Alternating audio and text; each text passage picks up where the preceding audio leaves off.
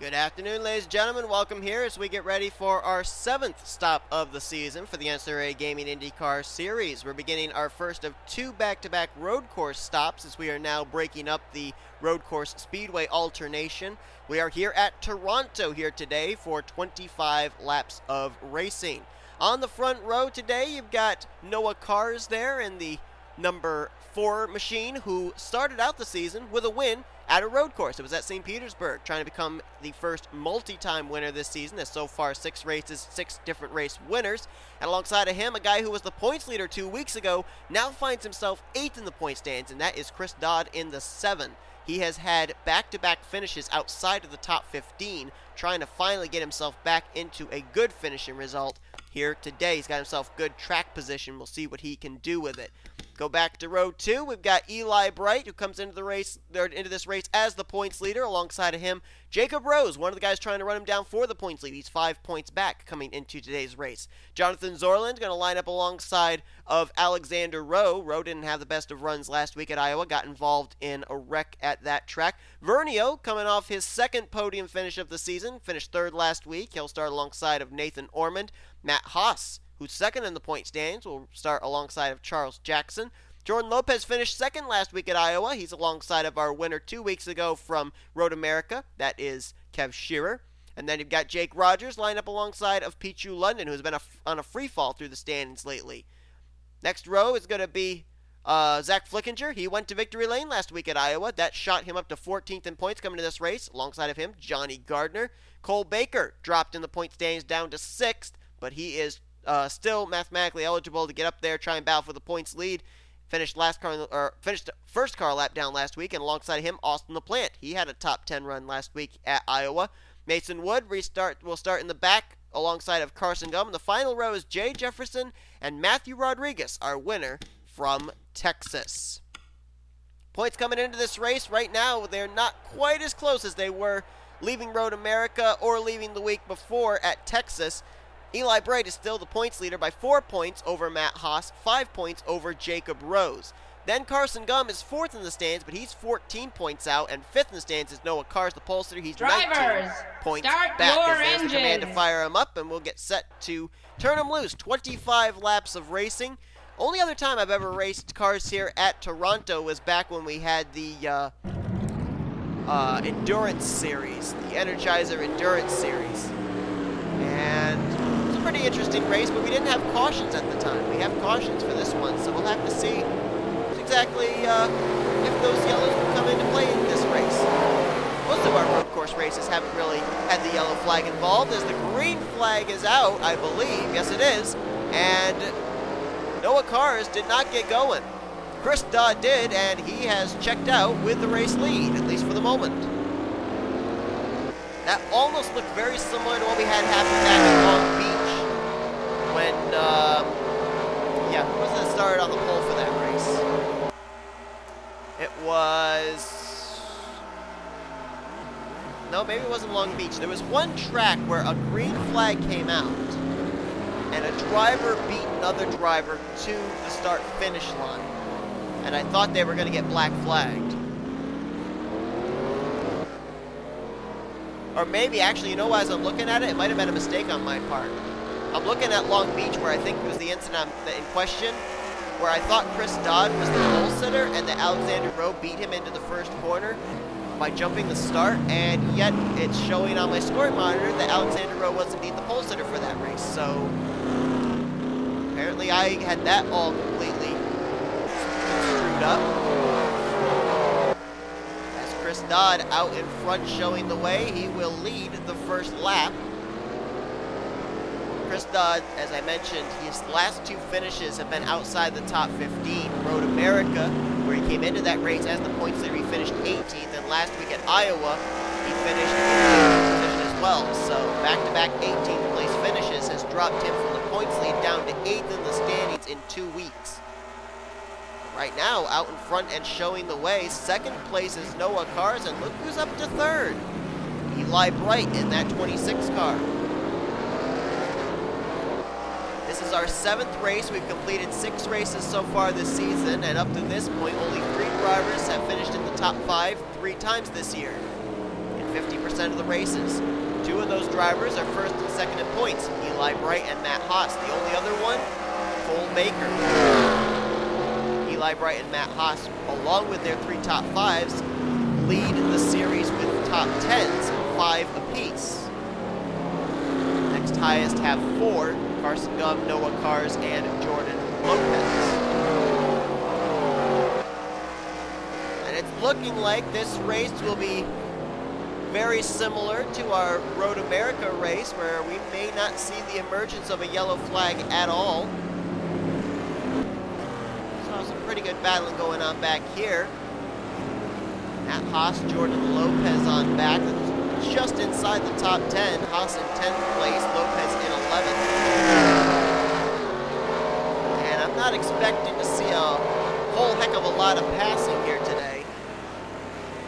Basically just for the reason of this is very much like Long Beach in the term that it's a precision track. And right there, that corner may be the biggest trouble corner at this racetrack. Drivers, as the tires go away, the grip starts to go away, they're going to be taking turns a little bit wider, having to lift a lot earlier to compensate. Wow, you see Eli Bright back there, slideways through that corner. A bit of wheel spin on that 26, but if they take the turn too wide, they're going to end up brushing it. If not the right side, maybe even the right front. We'll be seeing them taking turns a lot wider as this race goes on. Battle out just out of the top 5 there. Tripataki Vernio going way wide through that corner, trying to catch Jonathan Zorlin. I think he might have been trying to set up the diamond that corner right there to try and get to the right rear of Zorlin's number 3. Not able to do it, at least not this time. Vernio's been on a good streak as of late.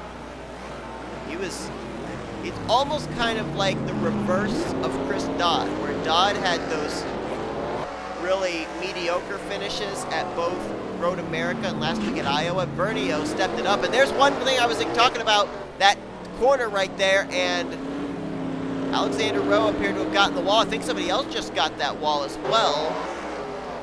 Might have been Flickinger, last week's winner. That's going to be the trouble spot here, especially as this race continues to progress. Chris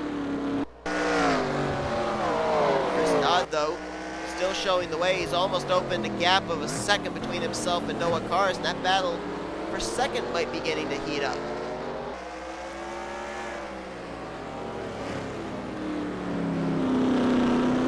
I want to go back and check here. All right, looks like they're all continuing on. I didn't know if maybe we might see some drivers dive for pit road, depending on how significant the contact was for them. Alexander Rowe, I know, did get that wall, and I think the other one was the 15 of Flickinger, but I'm not certain. Looks like someone might have spun right there in that corner, too. But it didn't bring out a yellow, apparently. There's a bit of run-off spots. You can see one right there, where if the car spins out, you've got an opportunity to be able to keep it there, out of the way of everyone else, and continue on. Whoa, Matt Haas got close to that little lip. Ooh, London was close. They're all going to get through okay there. And by the way, I said London. That was not Pichu London at the time, that little car. It was actually Zach Flickinger. Chris Dodd, though, has us a fifth of the way through this race. 20 laps to go here. And like most road courses, it's almost looking like this one's going to come down to who has the best handled race car. Noah Kars has kept Chris Dodd in his sights, but at the same time, he's also getting reeled in by Eli Bright.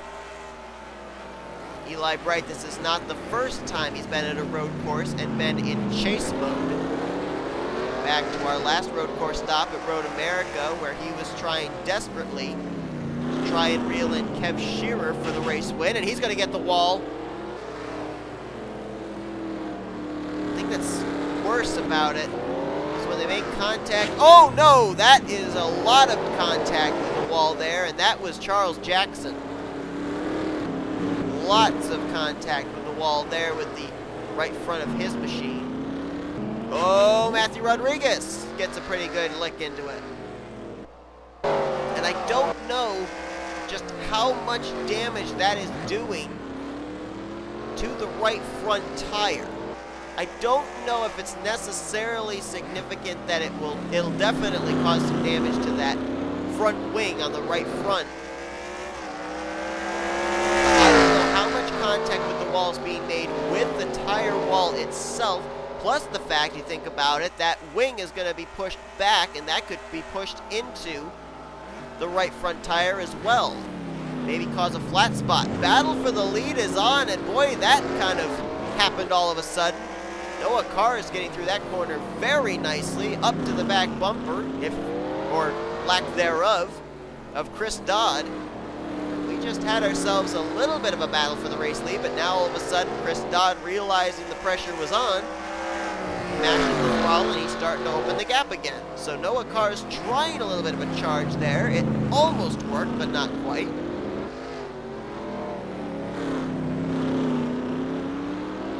Alexander Rowe, despite we seeing him getting into the wall earlier, that doesn't seem to have affected him speed-wise. He's still up in the top 5.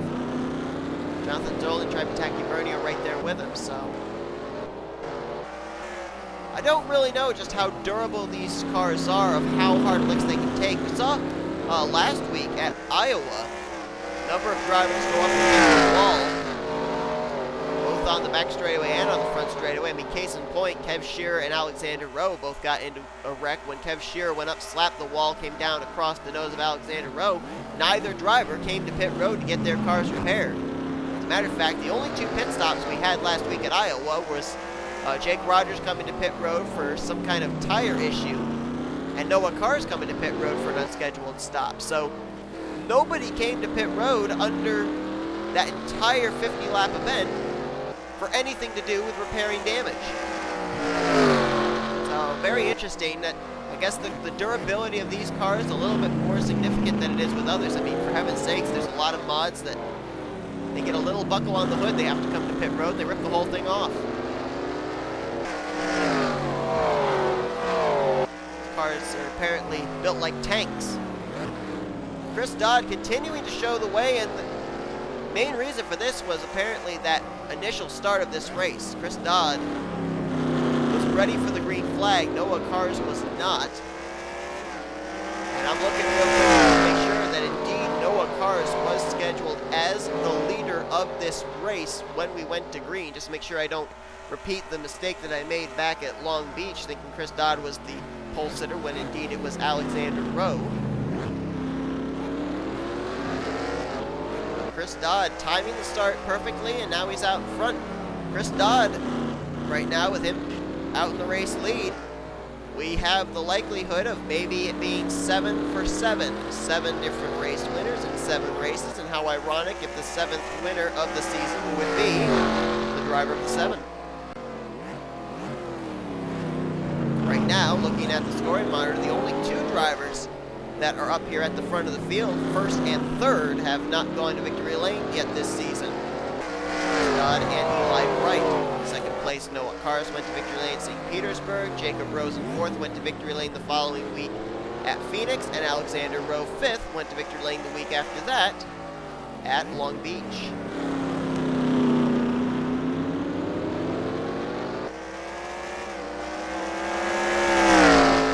Drop back, take a look and see where some of our other drivers top in the point standings are running. At this current point in time, 4 of the top 5 in points coming to this race are inside the top 10. Points leader Eli Bright in 3rd, 2nd in points Matt Haas currently in 10th. Jacob Rose in 3rd is in 4th place on the scoring monitor, and 5th in the standings Noah Carr's is currently in the runner-up spot. But what about Carson Gum? Last week jumped up inside the top 5 in the standings. He's quite a ways back here. Last time by was scored in the 17th position. To try and have a good run here. Right at this current point in time, it would look like he would fall out of the top 5. Chris Dodd would maybe move in. Saw the leaders start kind of accordion back up together here with the top 3, Chris Dodd, Noah Carr's, and Eli Bright as we are looking at Cole Baker in the 8. 6th in the point stands, and he is on pit road. No caution. So I don't know if this is a mechanical problem for the 8 car or not. Whatever the case, though, has not brought out a yellow. And if possible, our NNSCRA split cameraman will be showing you what happened to Cole Baker to cause him to have to make this unscheduled pit stop. Meanwhile, Noah Cars looks like it's almost like a cat with a ball of string. He keeps testing the waters, trying to figure out where he's a little bit better than the 7. He's not lost touch with Chris Dodd, and every now and again he starts to close the gap up. Especially right there through that corner. He seems to be much better through that turn than Chris Dodd. But then everything he gains through the second half of the track, Chris Dodd seems to gain back in the first half. Top 4 have broken away. They are separated by about 3 seconds, but it is a full 10 seconds from Jacob Rose back to 5th place Alexander Rowe. So unless we end up having a full course yellow, it's looking like it may come down between these 4 drivers of who's going to win this thing. Good to see, and Cole Baker's 2 laps down. Out of the race is the 14 of Jordan Lopez, guy who finished runner-up last week at Iowa. So I don't know what necessarily happened to the 14. You guys probably have already found out, courtesy of the NNSCRA split cam, but I myself left in the dark of knowing what exactly went wrong. That's a tough break there for Lopez. Lopez, with his runner-up finish last week, jumped up into the top 10 in the points. He was 9th in the standings coming into this race.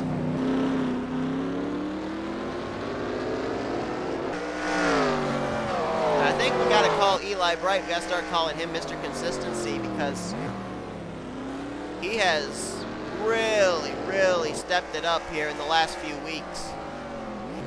He hasn't been to victory lane yet this season, but his finishes have been very good. Pretty much all the way back. Oh no, hang on. Let me look and see here. Wow. Eli Bright started out the season with a 16th place finish at St. Petersburg. Let's go through the numbers. Take a look at his other finishes this entire season. You go to Phoenix, second race of the season, he finished 3rd. Next week at Long Beach, he finished in 3rd. Following week, he finished 9th at Texas. Road America, he finished 2nd to Kev Shearer. And then last week at Iowa, he finished in 8th. He has finished in the top 10 in every race so far this season but one, and that was the season opening race at St. Petersburg. Those are some pretty incredible finishes. His average finishing position so far this season in 6 starts, 6th place. That's why he's out in front leading the points. And he's en route here to maybe finishing in his 3rd podium position. No, 4th podium position, I apologize. His last 3 podium finishes, 3rd, and 2nd. Actually 3rd right now behind Noah Cars. Noah Cars, believe it or not, is currently in 2nd, and if he were to finish there, it would only be his 2nd podium of the season. His only other podium up to this point was when he took the checkered flag at St. Petersburg to start the season. Since then, no top 5 finishes for that 14. Oh, and he spins it! Noah Carr spins it there, and he's going to lose at least 2 spots. Lost 2nd place to Eli Bright, 3rd place to Jacob Rose. Tough break there for Noah Cars, and I think we may see a little bit more of that as this race goes on. Because now the tires are starting to go away. With the tires going away, grip is becoming an issue.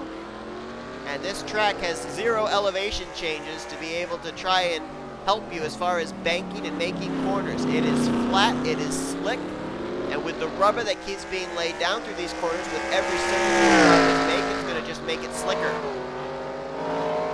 So now Eli Bright moves into a very familiar position, second place chasing the race leader.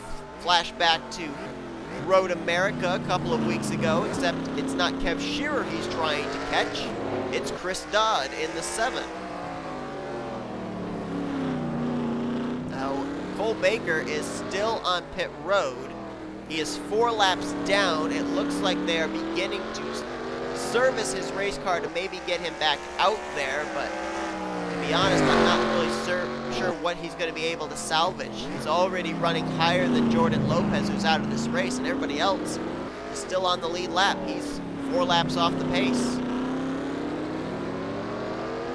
Don't look now, but Eli Bright is on the hunt. He is slowly starting to reel in that 7 car. At the line, it was about a second and a half last time by. It's now been cut down by a full half second. About 1 second advantage now for Chris Dodd, back to Eli Bright.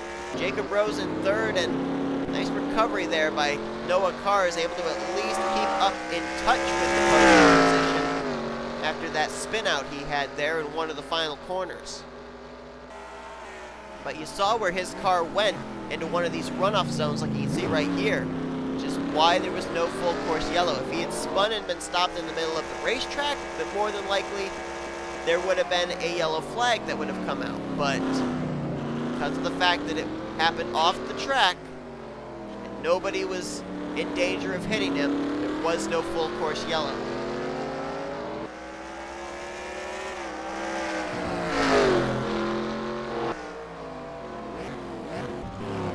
Chris Dodd trying to hit his marks, but I don't know if it's just me. That 7 car does not look quite as steady under him as it did in the beginning stages.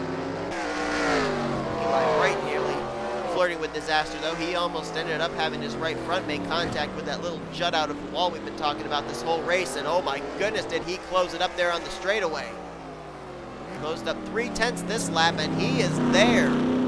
Eli Bright does not want to relive Road America.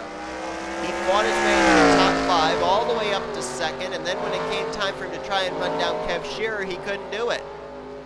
Now he's got Chris Dodd in his sights for his first win of the season, but in taking it, he'd be denying Chris Dodd his first win of the season. Both these drivers looking for a victory. Eli Bright trying to extend his points lead, Chris Dodd trying to get back into championship contention.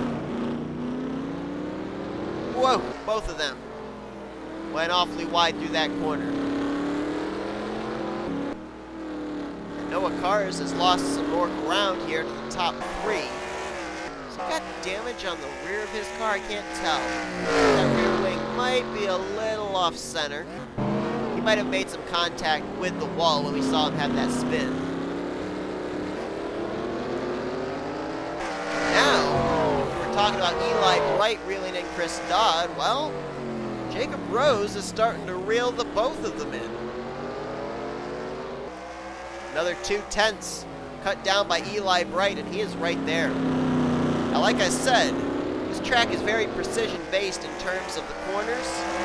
You don't really want to go out of your comfort zone to make a move because of the fact that this track's turns are so flat, and if you enter a corner the way you wouldn't want to, you might not like the way the car is going to exit. You may spin it out, you may hit the wall. So Eli Bright, I think right now, his main goal is to run his race, run in the tire tracks of Chris Dodd, and hope Chris Dodd makes a mistake. He may have bigger issues, though, because Jacob Rose is right on his back bumper, and that's one thing Chris Dodd might like to see, because if they continue to battle for second and concentrate on each other, that alleviates the pressure off of him for having to defend that race lead. Boy, that one corner, Chris Dodd seems to be so bad off of. Takes it so wide, he doesn't get back to the throttle quite as early as any other drivers do.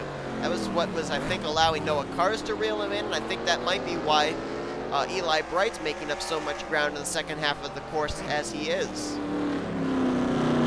7 laps to go, though. Chris Dodd, these laps are going to be painfully long for him, I think, as he continues to look in his rearview mirror and see that 26 looming large. Now, if you're Eli Bright and you have an opportunity to go for the win, I'm certain he's going to take it. But if you put yourself in a perilous position, would you be willing to make that move for the race lead, considering that he comes into this race as the points leader? Especially when you think about that a guy that is only 5 points back is currently running in third, right behind you. Gotta weigh the risk versus the reward, figure out which one is more important. This is our 7th race of the season. We've only got 4 more stops after this. Mid-Ohio, Pocono, and then Sonoma and the finale at Indianapolis. All tracks where you can very easily find yourself behind the wall DNFing. So Eli Bright, would he be happy to get out of Toronto with a 2nd place finish, continue to try and grow his points lead, and head into one of those tracks as thinking of it as a wild card race of, okay, if I get a DNF, well, I got a little bit of a cushion right there because I had a good 2nd place run at Toronto. But I think, yeah, with this point system, only thing he can gain with passing Chris Dodd for the race lead, potentially the race win, is 2 points. 1 point for gaining a position on track and 1 point for leading a lap. In most series that I run, there's a 5-point advantage for the winner, a 5-point bonus, but not in the point system that we have here for the IndyCar series. You only gain 1 point over whoever finishes 2nd, not counting the bonus points for leading laps, etc. Chris Dodd, though, at this current point in time, either he's keeping the gap maintained to about 2 car lengths, or Eli Bright is lying in wait, one or the other. We have 5 laps to go here at Toronto, and there you see right there, that's an interesting thing I've been noticing the last couple of laps, is Eli Bright swings very wide coming through the first corner at that start-finish line. I don't know if that's to help his entry here into this corner or not. Might allow him to be able to then swing wide and maybe diamond the turn, get a little bit better exit off. But then he gets a good run down into this turn right here.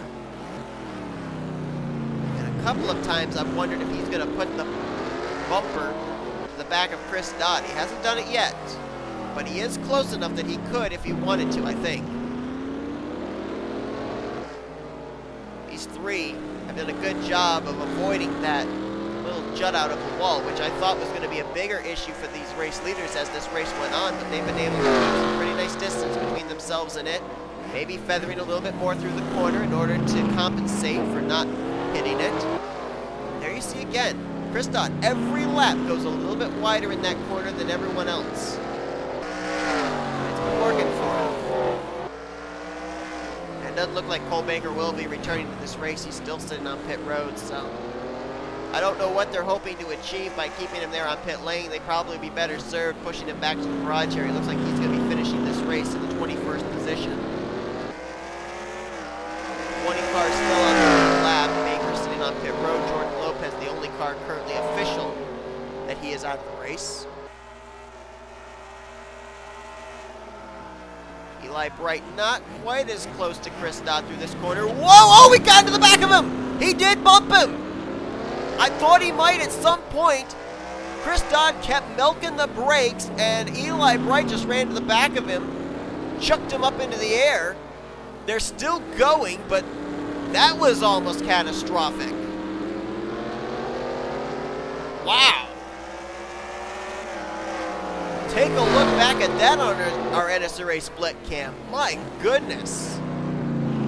You know, I kind of thought it was going to happen. I didn't think it would quite happen as soon as it is now. And as it did, this is with 3 laps to go.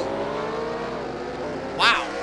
And now the question is, how did that affect Chris Dodd and Eli Bright? Bright is starting to get reeled in here for that 2nd position. Jacob Rose is there.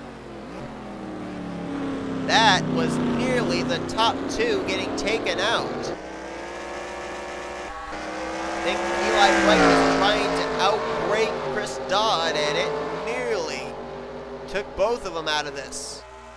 And Jacob Rose, you got to wonder what was going through his head there of, yeah, you two wreck each other and I'll take the race lead. It's going to happen through this corner. They're all nose to tail now, the top three. Jacob Rose is very much in the hunt for this win now as well.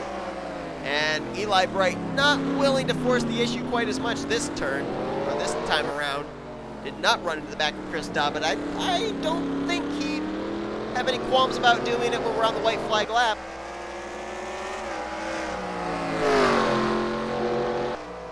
Watch through this corner. Let's see if Chris Dodd swings wide again. Yep. Goes almost another 6 to 8 inches closer to the wall than Eli Bright does. 2 laps to go here at Toronto, and it looks like Cole Baker's team, they finally call it a day. No, he's back out. There he is. He's 10 laps down, but he's running. I don't think he's going to gain any more positions, though. 10 laps down with less than 2 to go. They come down into this corners. Let's see if Eli Bright closes the distance up again on the 7. Oh boy, he's close. The problem for him is, though, it's a sharp right-hander and a left-hander. I mean, if you're able to make the move to get alongside, there's just not a whole heck of a lot of room to be able to be side by side through that section of the course. But Eli Bright is clearly much better in the braking zone there. He's got to get closer to where he is now if he's going to make a move down there, though. Might be able to make up some ground here. The final turn. Oh, he's close. He is close. He can be about 2 car lengths, 1.5 car lengths back from Chris Dodd. He might have a shot at him going down to that braking zone, and Cole Baker's back on pit road. White flag displayed, 1 more lap to go. Can Chris Dodd hang on? Will Eli Bright try and bump him out of the way again? It's going to be a very interesting last lap. Chris Dodd, former points leader, against Eli Bright, current points leader. Dodd trying to get back into the top 5. Eli Bright trying to extend his points lead heading into next week.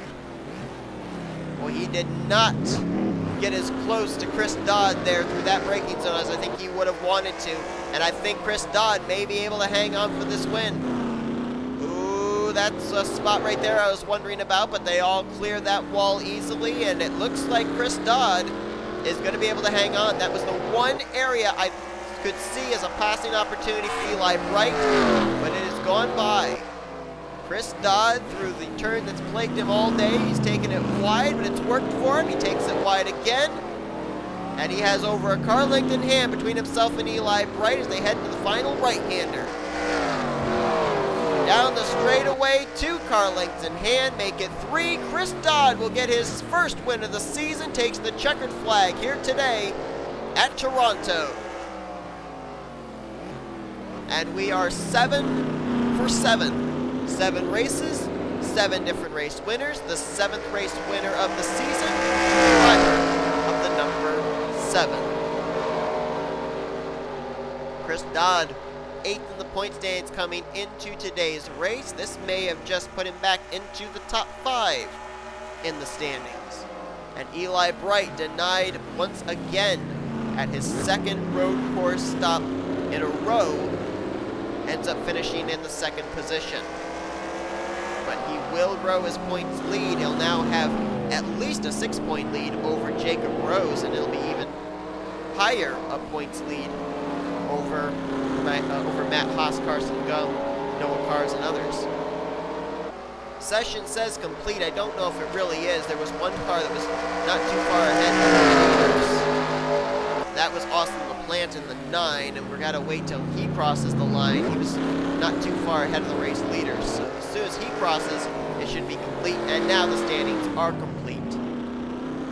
So Chris Dodd will pick up the victory here today. 2nd place for Eli Bright. That is his 4th top 5 finish of the season.